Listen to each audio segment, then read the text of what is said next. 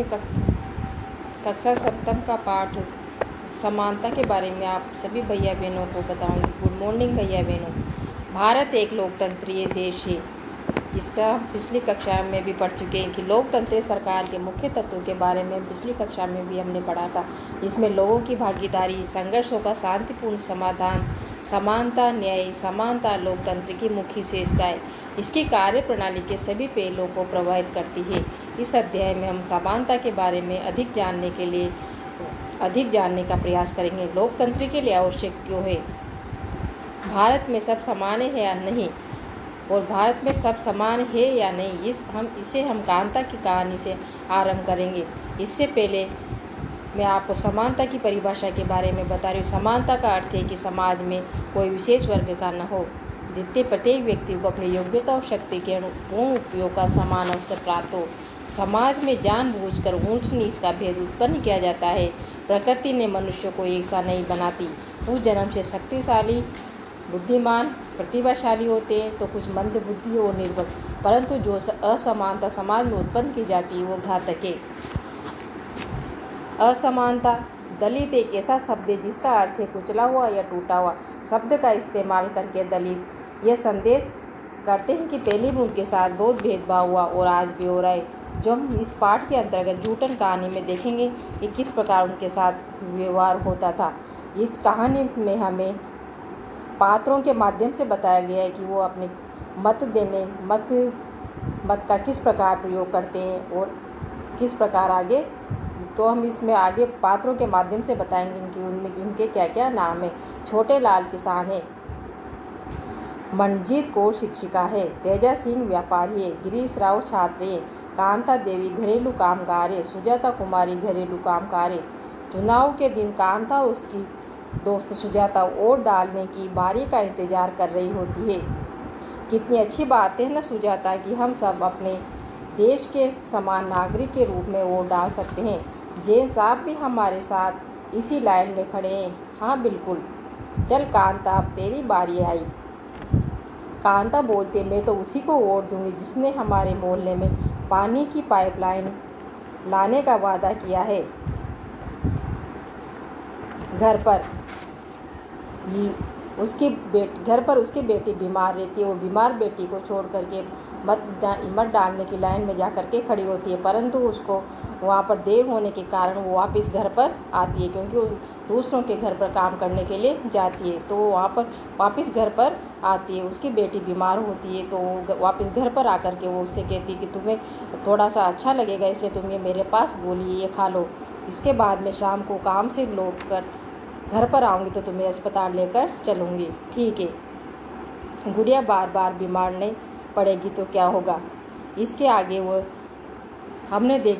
हमने देखा कि वो वापस वहाँ पर जाती है, मकान मालिक के पास में जाती है और उसके पास इलाज कराने के लिए पैसे नहीं होते तो उससे वो पैसे मांगने के लिए कहती है। उसकी गुड़िया को बहुत तेज़ बुखार रहता है। गुड़िया बुखार में पड़ी थी और उसे अस्पताल में लेकर जाना है, पर पहले साहब के घर का काम कराऊं और उससे कुछ पैसे उधार ले आऊं। गुड़िया बार बार बीमार नहीं पड़ेगी तो और क्या होगा। इस बस्ती में तो कभी साफ सफाई होती ही नहीं है।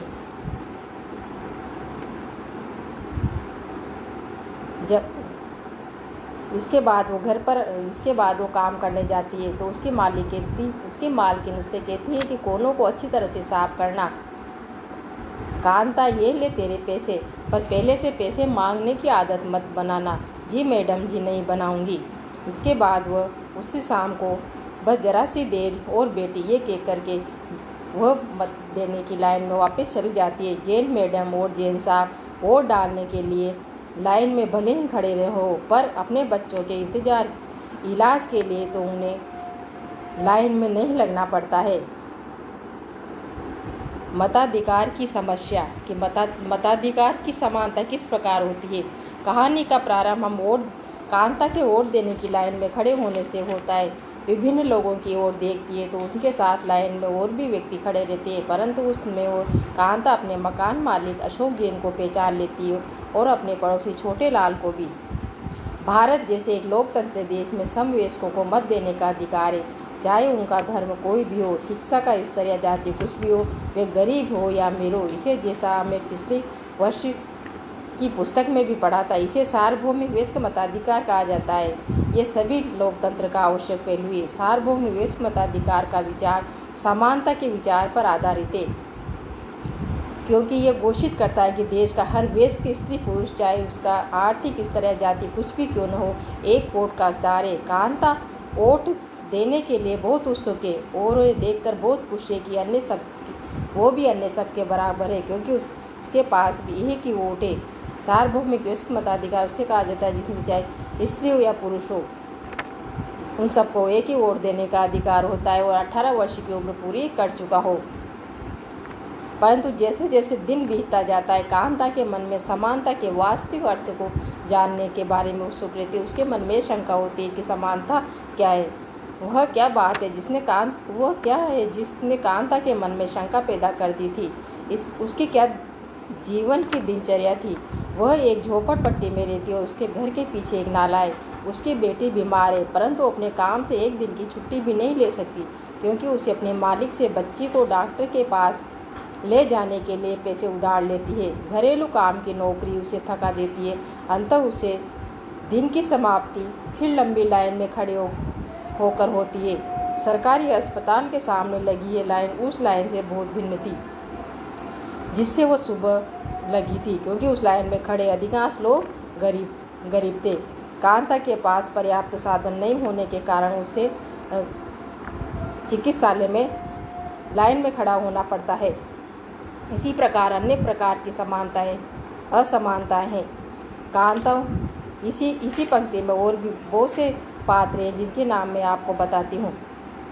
अब्दुल रहमान कारीगर है, शबनम बानो गृहिणी है, ग्रेसी लेगेंग परामर्शदाता है, IJK लेंग सरकारी अधिकारी है, रुखसना मिर्जा मीडिया कर्मी है, गोपाल योगराज अशोक जैन उद्योगपति है। मताधिकार की समानता। कांता बहुत लोगों में से एक है जो भारतीय लोकतंत्र में रहते हुए भी उन्हें मताधिकार प्राप्त है, लेकिन दैनिक जीवन एवं कार्य करने की स्थिति समानता से बहुत दूर है। निर्धन होने के अतिरिक्त भारत में लोगों को अनेक कारणों से भी असमानता का सामना करना पड़ता है। इसका आशय है कि हम निम्नलिखित 2 कहानियों को पढ़कर समझेंगे। इसका दोनों ही वास्तविक घटनाओं पर आधारित थे। असमानता। भारत में सामान्य प्रचलित असमानताओं में से एक है जातिगत व्यवस्था।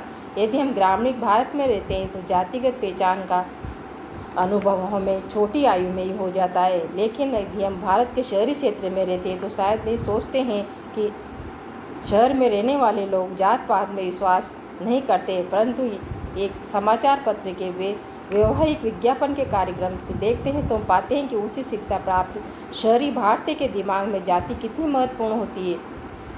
इस जातिगत व्यवस्था के कारण हम आगे एक दलित बच्चे की कहानी पढ़ेंगे। इसमें एक कहानी है जो स्कूल जाते वक्त दलित बच्चे अपने अनुभव के आधार पर बताते हैं। दलित एक ऐसा शब्द है जो निचली कही जाने वाली जाति के लोग स्वयं को संबोधित करने के प्रयोग में लाते हैं। दलित का अर्थ होता है कुचला हुआ या टूटा हुआ। इस शब्द का इस्तेमाल करके दलित यह संकेत करते हैं कि पहले भी उनके साथ बहुत भेदभाव होता था और आज भी हो रहा है। ओम प्रकाश वाल्मीकि की प्रसिद्ध दलित लेखक हैं। वो अपनी आत्मकथा झूठन में लिखते हैं। RPSC में भी ये प्रश्न आया था कि झूठन कहानी के लेखक कौन है। ओम प्रकाश वाल्मीकि है। वो दलित होने के कारण स्कूल में उन्हें दूसरों से दूर बैठना पड़ता था, वो भी ज़मीन पर। उनके बैठने तक की जगह नहीं होती थी। चटाई बिछती थी पर चटाई पर उनके पास आते आते चटाई छोटी पड़ जाती थी। कभी कभी तो एकदम पीछे दरवाजे के पास बैठना पड़ता था, जहाँ से बोर्ड पर लिखे अक्षर धुंधले दिखाई देते थे। कभी कभी बिना कारण अध्यापक उनकी पिटाई भी कर देते थे। जब वे कक्षा 4 में थे तो प्रधानाध्यापक ने ओम प्रकाश से स्कूल और खेल के मैदान में झाड़ू लगाने को कहा था। वे लिखते हैं कि लंबा चौड़ा मैदान मेरी वजह से कहीं गुना बड़ा था, जिसे साफ करने के लिए मेरी कमर दर्द करने लगी थी। धूल से उनका चेहरा सिर और अट गया था, मुंह के भीतर धूल घुस गई थी। मेरी कक्षा के बाकी बच्चे तो पढ़ रहे होते थे क्लास में और मैं बाहर झाड़ू लगा रहा था। हेड मास्टर अपने कमरे में बैठे हुए थे, लेकिन उनकी निगाह मुझ पर टिकी थी। पानी पीने तक की उनको इजाज़त नहीं होती थी। पूरे दिन में झाड़ू लगाता रहता। स्कूल के कमरों की खिड़की में से छिपकर वो लोग देखते रहते थे। ओम प्रकाश अगले 2 दिनों तक स्कूल और खेल के मैदान में उससे झाड़ू लगवाई जाती रही। यह क्रम तब तक चलता रहा जब तक उधर उसके पिताजी ने उसको नहीं देखा। एक बार वो झाड़ू लगा रहे थे तो वहाँ से उनके पिताजी निकल कर गए। उन्होंने ओम प्रकाश को झाड़ू लगाते हुए देख लिया। ओम प्रकाश का हाथ पकड़कर उन्होंने स्कूल के बाहर जाते हुए ऊंचे स्वर में सबको सुनाते हुए कहा कि मास्टर साहब, मैं इसको इसलिए ले जा रहा हूँ, पर इतना ध्यान रखना कि ये यहीं पढ़ेगा और इसी स्कूल में पढ़ेगा और बाकी मदरसे और बच्चे भी मदरसे से यहाँ पर पढ़ने के लिए आएंगे।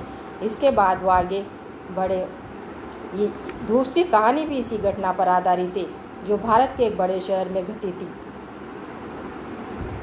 वो भी देश के अधिकांश भागों में ऐसा होता है और सामान्य बात है कि ये कहानी श्रीमती अंसारी की है, जो शहर में किराए का मकान लेने के लिए जाते हैं, परंतु उन पैसे वाले तो होते हैं, परंतु मकान ढूंढने पर मदद करने के लिए उनके पास एक प्रॉपर्टी डीलर के पास में वो जाते हैं। डीलर उन्हें बताया कि वो कई खाली मकानों के बारे में जानता है जो किराए पर उन्हें मिल सकते हैं। वो पहला मकान देखने के लिए जाते तो अंसारी दंपत्ति को मकान बहुत अच्छा लगा।